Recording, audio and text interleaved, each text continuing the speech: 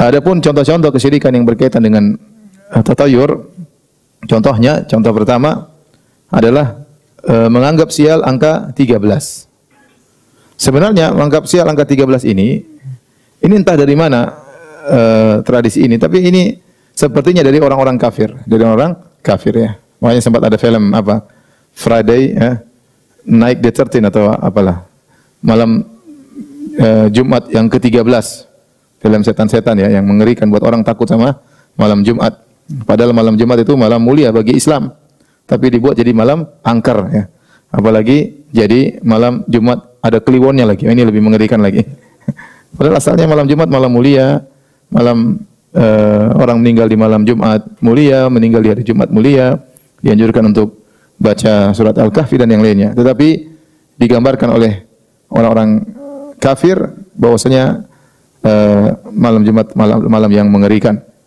Kemudian mereka bertatayur dengan angka 13, dianggap angka 13 adalah angka yang bawa sial. Dan ini suatu perkara yang sangat-sangat tidak logis. Bagaimana kemudian angka 13 bisa menjadi pembawa kesialan ya. Oleh karenanya kata Ustaz Abdullah Zain ya, beliau sudah naik beberapa maskapai penerbangan, semuanya tidak ada kursi nomor 13 ya. Beliau sebutkan di antaranya maskapai penerbangan Batavia, tidak ada kursi nomor 13. Beliau juga naik Lion, tidak ada kursi nomor 13. Beliau juga naik pesawat Mandala, tidak ada kursi nomor 13. Saya rasa semuanya, Garuda juga tidak ada ya. Ya, semua maskapai penerbangan tidak ada kursi nomor 13. Biasanya 12 langsung 15 ya. Karena mereka takut dengan angka 13. Demikian juga sebagian pemain bola tidak mau pakai kaos yang nomor berapa? 13. Dianggap nanti bikin sial grupnya ya. Demikian juga kita sendiri kalau pergi ke mana-mana, kita pergi ke hotel-hotel tidak ada lantai 13 ya. Ya. Karena hotelnya cuma 6 lantai ya. 12 langsung loncat ke 15 ya. Demikian juga sebagian bangunan saya lihat lantai 3, kalau kita mau tulis lift 3, kemudian 3A, kemudian 5. Jadi nomor 4 juga tidak ada. Jadi 3, 3A terus apa? 5. Ini aneh, apa masalahnya dengan angka 4 ya? Jadi kalau kita punya anak 5, kita bilang ini anak pertama, anak kedua, anak ketiga, anak 3A. Sama anak kelima. Apa salah seorang punya anak sampai 13? Tentunya tidak salah ya. Oh, angka 13 angka sial. Terus bagaimana kalau kita mau punya anak banyak? Ya sudah, anak 12 langsung loncat anak 14 ya. Ini tentu tidak benar ya. Angka 13 tidak ada hubungannya dengan kesialan sama sekali. Orang yang mengkaitkan angka 13 dengan kesialan itu orang yang bahlul ya, orang yang bahlul. Tapi demikianlah tatayur ini sudah berpindah dari orang-orang kafir sampai masuk ke orang-orang Indonesia. Demikian juga di antara bentuk tatayur yang disebutkan oleh beliau adalah menganggap sial bagi wanita yang hamil, kemudian suaminya kalau hendak masuk toilet, WC atau keluar WC, kemudian suaminya menggantungkan handuk di lehernya. Ya, dan ini menurut mereka ini adalah sial. Nanti bisa jadi janinnya terikat dengan tali pusarnya dalam perut ya. Oleh karenanya kalau seorang suami mau ke WC, jangan taruh handuk sini, taruh begini aja di kanannya. Karena kalau taruh di leher, khawatirnya janinnya akan terikat dengan tali pusarnya. Ini adalah juga sangat tidak masuk akal dan sangat tidak logis. Demikian juga di antara perkataan mereka pamali, yaitu orang-orang meyakini bahwasanya jika ada seorang gadis ya, perawan duduk di depan pintu ya, kata mereka bahwasanya dia akan susah menikah ya. Dia akan susah menikah kalau duduk depan pintu ya. Kata beliau ini keyakinan ini tersebar di antaranya di Sulawesi, di Kalimantan, di Jawa, di Sumatera ya. Kita juga di Papua juga, saya di Papua juga ada orang meyakini hal ini ya. Jadi kalau ada perempuan duduk depan pintu, jodohnya enggak datang-datang. Padahal kalau secara logika justru banyak jodoh yang datang. Apalagi kalau dia cantik ya, orang tiap hari lewat pasti tertarik ya. Tapi begitulah. Orang meyakini perempuan tidak boleh duduk di pintu. Dan sangat tidak logis, tapi diyakini oleh orang. Mau diapain? Kemudian juga di antara keyakinan yang tersebar di masyarakat Indonesia yaitu keyakinan yang berkaitan dengan burung gagak, ya. Kalau sampai burung gagak berkumpul kemudian terbang di langit, maka ini pertanda bahwasanya ada dari kerabat yang akan meninggal atau ada dari kampung yang akan meninggal, di kota ada yang meninggal. Dan ini keyakinan tersebar di tanah air dan juga sampai saya katakan saya di Papua pun saya meyakini hal tersebut ketika masih kecil, ya. Kata beliau keyakinan tersebar di Banyumas, Jawa Tengah, kemudian juga di Jombang, di Jawa Timur, ya. Contoh berikutnya, keyakinan sebagian masyarakat kalau ada gerimis sementara matahari panas, ya, ini pertanda bahwasanya akan ada setan-setan yang melahirkan anaknya. Benar atau tidak? Benar atau tidak? Tidaklah, masa benar. Keyakinan tersebar. Kalau ada gerimis terus masih panas berarti ada setan melahirkan anaknya. Ini keyakinan di daerah Jombang, ya. Kemudian juga di sebagian penduduk asli di Jakarta juga meyakini bahwasanya kalau ada gerimis disertai panas ini menunjukkan ada yang meninggal dunia. Ini semua adalah tatayur.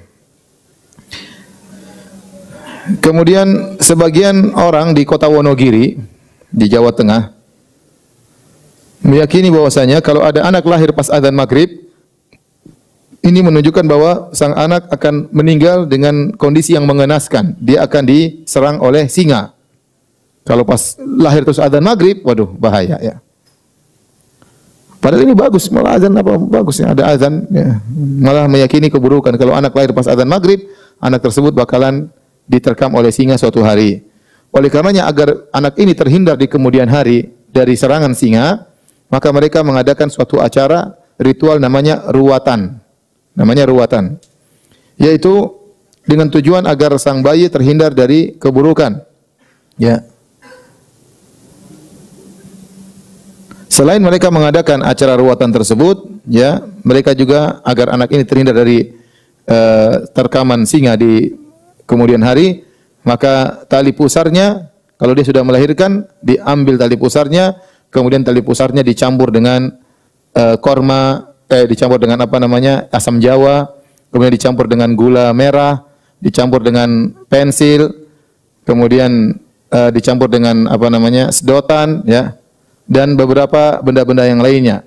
Kemudian harus dikuburkan di samping rumah, ya. Kemudian bukan cuma itu saja, ini tali pusar yang dikubur ini harus dijaga selama 40 hari. 40 malam harus dijaga. Repotnya ini. Ada yang pernah tanya kemarin waktu saya ngisi pengajian tentang tatayur, Ustaz, saya punya anak, maka waktu dia lahir saya ambil tali pusarnya, kemudian saya kuburkan dengan pena dan kertas dengan harapan nanti dia pintar, ya. Ternyata sekarang dia tidak pintar, Ustaz. Ini keyakinan dari mana, ya? Masa mau pintar anak kemudian tali pusarnya dikubur dengan apa? Dengan pena supaya dia rajin menulisnya. Kemudian keyakinan ini juga tersebar di daerah Pacitan. Contoh yang lain, sebagian orang meyakini kalau ada orang mencium tangan bayi, tangan anak kecil, maka ini akan menjadikan anak tersebut jadi tukang minta-minta kalau sudah besar. Jadi nggak boleh cium apa? Tangan anak kecil. Ya, anak kecil yang cium tangan kita. Kalau kita yang balik cium tangan dia, dia kalau sudah besar akan menjadi peminta-minta. Oleh karenanya mereka melarang, tidak boleh cium tangan anak-anak. Kalau ingin mencium anak-anak, ciumlah di tempat yang lain, ya, seperti di pipi, di kepala atau yang lain. Tapi tidak boleh mencium tangan anak-anak, karena kalau dicium tangannya dia akan menjadi peminta-minta. Ini juga tatayur, syirik. Demikian juga keyakinan sebagian penduduk di kota Cirebon di Jawa Barat, ya. Mereka meyakini kalau ada orang meninggal pada hari Sabtu, maka ini akan mengantarkan kepada wafat orang lain dari anggota kerabat, ya, atau dari tetangga. Jadi kalau ada yang meninggal di Sabtu bahaya. Berarti sebentar lagi akan ada kerabat yang ikut meninggal atau akan ada tetangga yang ikut meninggal. Ini keyakinan sebagian orang-orang di Cirebon. Kemudian juga keyakinan sebagian orang kalau anaknya lahir ternyata tanggal lahirnya sama dengan tanggal lahir kedua orang tuanya, sama dengan ibunya atau dengan bapaknya, maka ini mereka mengatakan kesamaan tanggal lahir ini akan menimbulkan pertikaian, permusuhan dalam keluarga. Apa hubungannya? Enggak ada hubungannya. Mereka mikir demikian. Pokoknya kalau tanggal anak lahir sama dengan tanggal lahir bapaknya atau ibunya akan menimbulkan pertikaian, permusuhan dalam keluarga. Terus bagaimana solusinya?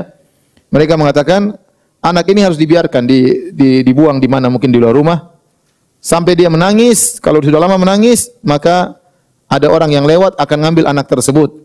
Yang penting bukan kedua orang tuanya, entah tetangganya, entah siapa yang ngambil anak tersebut. Kemudian dibawa ke rumahnya, kemudian dididik sebentar di rumahnya. Setelah lewat beberapa hari atau dirawat di rumahnya, setelah lewat beberapa hari, maka kedua orang tua anak tersebut datang kemudian membeli anak tersebut. Ini ritual yang mereka lakukan. Biarin aja di luar sampai ada yang ngambil. Nanti setelah beberapa hari dirawat, mereka berdua akan datang, kemudian akan bayar beli anak tersebut. Ini akan menghilangkan keburukan dari anak tersebut yang bisa menimbulkan pertikaian dalam rumah tangga. Ya, ini keyakinan tersebar ya di banyak penduduk di kota Jawa. Allahul musta'an. Kemudian sebagian penduduk kota Semarang di Jawa Tengah berkeyakinan kalau ada gadis masih perawan kemudian makan sayap ayam, ya, maka ini mereka meyakini suatu saat suaminya akan pergi meninggalkan dia. Bukan, akan membawa dia pergi dari rumah aslinya, ya. Jadi kayaknya sayap dikaitkan dengan terbang. Jadi suaminya akan buat dia terbang pergi ke tempat yang jauh. Ini semua disebut dengan tatayur, adalah syirik kecil.